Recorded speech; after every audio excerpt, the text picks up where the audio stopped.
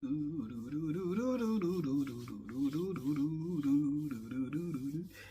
everyone on YouTube, it's Charles here. How are you guys doing? I hope you're doing well. Do you know what? I can barely talk right now because I can barely hear right now.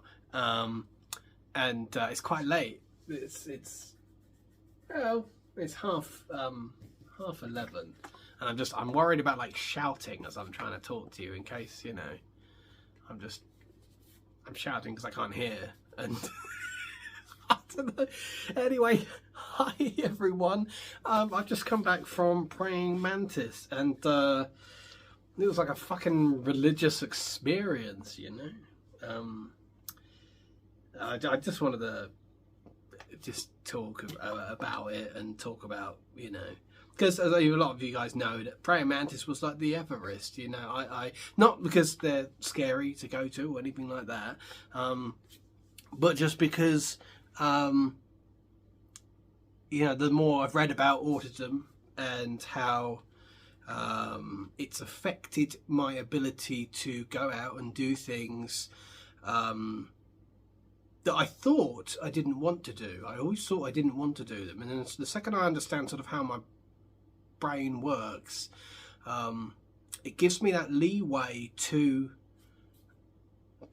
I can't describe it. It just activates my ability to go and experience these things and do these, So this was the first like rock show that I've been to in 20 years, and it's like in terms of like all the stars aligning and everything, it was just too perfect not to take the opportunity. Like Praying Mantis, they're one of my favourite bands of all time, and the fact that just of all the places, Tino Troy, who's one of the main members of the band, of all the places that he could live, he happens to live in Hastings, where I live, and he's playing at the at the Carlisle, which is a a sort of biker pub, very well known around here. Not only all of that, but I met him like a few weeks ago. I managed to not be crazy in his face when I met him. I was very calm. I was very hello, my name is Giles. How are you? I didn't go because what's he supposed to say to that, But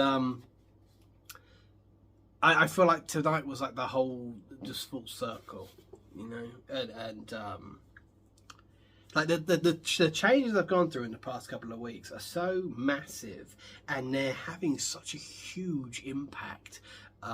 Like I've made 500 quid this week. The number just keeps jumping up. I made 100 quid while I was watching the opening band before Praying Mantis came out. I was just sitting there. Gypsy's Kiss opened for Praying Mantis. Gypsy's Kiss is a great band. There are let's see, they've got an album called 74, 1974, which is 74 is when they were founded, but they broke up for like 50 years, and re-emerged, and they've got I think it's their debut album, 1974. But they opened for Praying Mantis, and I was sitting there watching Gypsy's Kiss, and I looked at my phone. I made 100 quid. I quite like that. I'm like, can we do that more, please? Go and see some bands, make some money. It's not, one doesn't equals the other, but it kind of felt like it.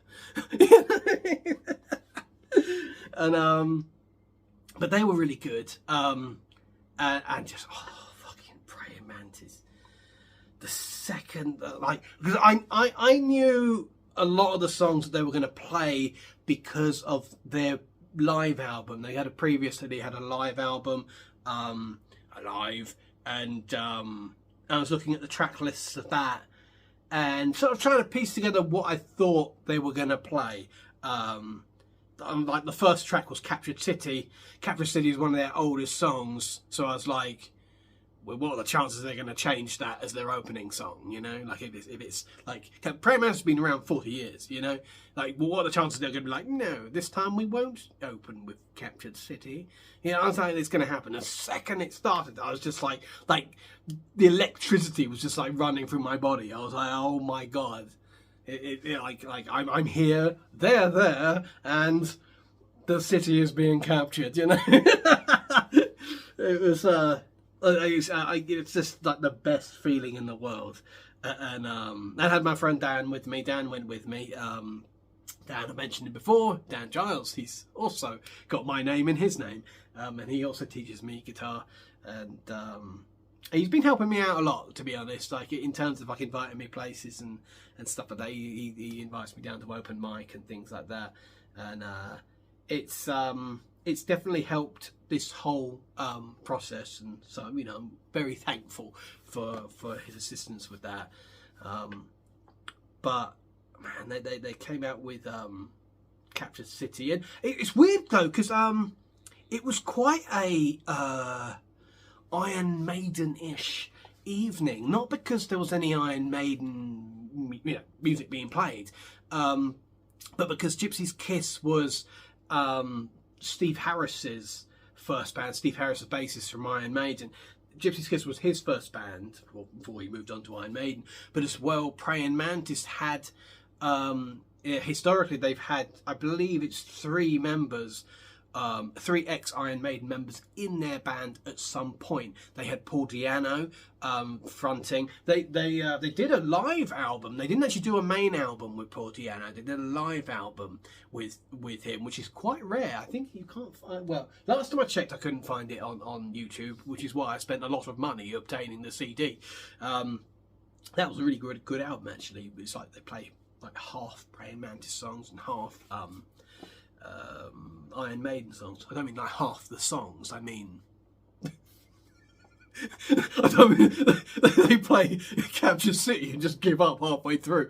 I mean, half of the track listings are Iron Maiden, half of the track listings are Praying Mantis.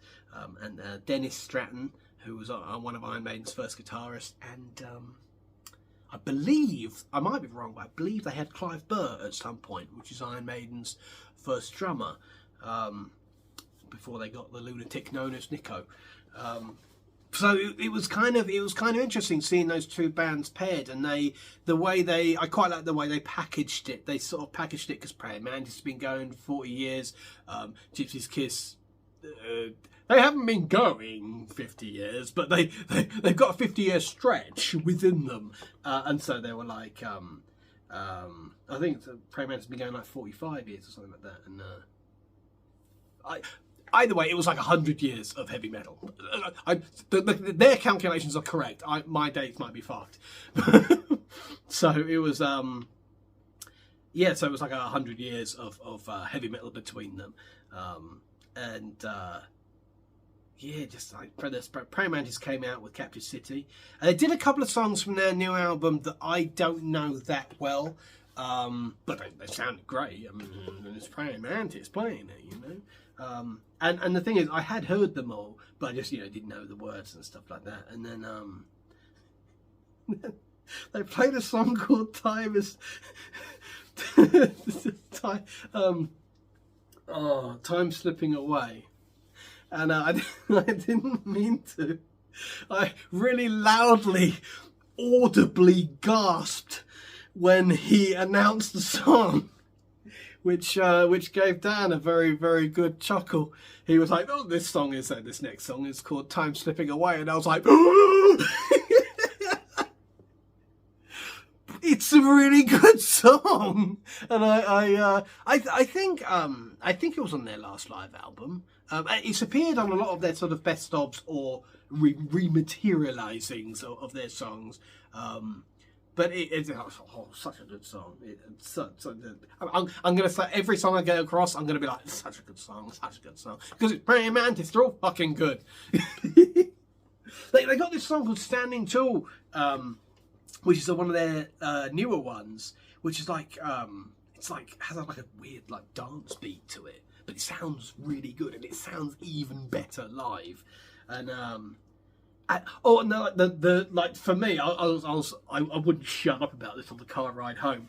The song they played, Praying Mantis, the self-titled song, and I was not expecting that, and I nearly had a heart attack when he was like, "Oh, it's a song called Praying Mantis." I'm like, "Play Praying Mantis!" it's, oh my god, it's such a cool song. And like the we're looking at their previous live album. They had a song on the live album called the Mantis Anthem, and Mantis Anthem was on I believe it was their Gravity album. I might be wrong about that. As was the song Keep It Alive, which they also played. That's a really good song. But they played Mantis Anthem, and I mean, they didn't play Mantis Anthem. they played it on their previous live album, and I thought what they were doing was effectively replacing the Praying Mantis song with Mantis Anthem. And so I thought at some point tonight they will be playing Mantis Anthem. It's a really good song. I just like Praying Mantis a hell of a lot more. And I lost my shit as soon as I started playing Praying Mantis. You know, because that's the vibe. They're from the days where heavy metal bands had band songs that explained in very light detail how the band was coming to get you in some way. You know, like you got Cobra, and they have hypnotic stare on the Cobra. Look deep into my eyes, your life is over when you see the Cobra strike. You know, the band was called Cobra, and their title song was about them coming to get you. You know, and then you got Iron Maiden. You know, Iron Maiden's gonna get you no matter how far. See the blood flow, all that sort of stuff. That's Iron Maiden. It was like back in the day when heavy metal bands would, you know, beat people up for fun, or at least like to make people think that they could beat them up for fun. You know, I mean, Motorhead they had one as well. But Praying Mantis had a really good one called Praying Mantis. You know, and it's the joy of yelling Praying Mantis coming, time to die at the top of your lungs. It's a feeling that can't be beat. And they ended with Children of the Earth, which is the reason why my throat is so sore right now, because it's a really good song. They're all really good. I said it's a really good song. Children of the Earth. It's such a good song. It is. Listen to it. I just I can't get over how easy it was. You know, and it's one of those things where I can't say. I can't say, you know, oh, I went there and it's not so bad, and I didn't feel it wasn't even like that. It wasn't even like, oh, you know, oh, I'm all right once I get there. It's like the fear is just gone. It's not there at all. Like I last night I went to bed and I'm not thinking about all the things that scare me about, you know, going to a venue or something like that. I'm not thinking about that. I'm just thinking, I'm going to see Praying Mantis tomorrow. You know, and that just feels like an emotion that I've just been like deprived of in life in general. Just because, you know, the difficulties I have socially, I've just never understood them. And understanding them just washes away the fear of them. You know, because if it happens, then I just don't care. You know, or I either don't care, or how I get around it is completely different. Like for Gypsy's Kiss, we were quite far back near the toilets, which is at the back of the. I don't know what I'm saying. Near the toilets, you don't know where the fuck the toilets are. But just, you know, basically near the back of as far back as you can get, and man, there was just so many people, like so many people going to the fucking toilet, you know. Just like you're sitting there with your beer, you're just like, all right, yeah, let this person through. I let this person through, and I was concerned because they were starting to get quite big. Like at first it was just like some tiny skinny women, and you're just like, oh, I'll let you buy, and then all of a sudden like the Hindenburg comes by, and you're like, sorry, that's really rude. I'm not, you know, not making fun of weight, or I am. That is what I'm doing. But it's because it's only so far I can back off to let you buy, you know, then Gypsy Skids finished, and we went outside for some fresh air. Meanwhile, Gypsy Skids performed an encore. We were a little bit pissed off about that. We didn't realise, because we heard the noise still going on inside the venue, and we're like, you know, are they like Praying Mantis warming up or something? You know, we're like, oh fuck, no, we missed another song, you know. But then went back in, and I was just like, yeah, I fed up with moving for all these people that are going to the toilet. And it's Praying Mantis, so I sort of found myself sort of worming my way through the crowd, nearer the front, not at the front, but nearer the front. Which, you know, again, like, you know, you got to take little victories, and just someone like me, the way I've been and the way I am and stuff like that, and feeling comfortable to do that. Without any reservations at all, you know. I'm literally like, I want to get closer because Praying Mantis are over there and I'm all the way over here. I would like it if I was over there as well, because that's where Praying Mantis are. And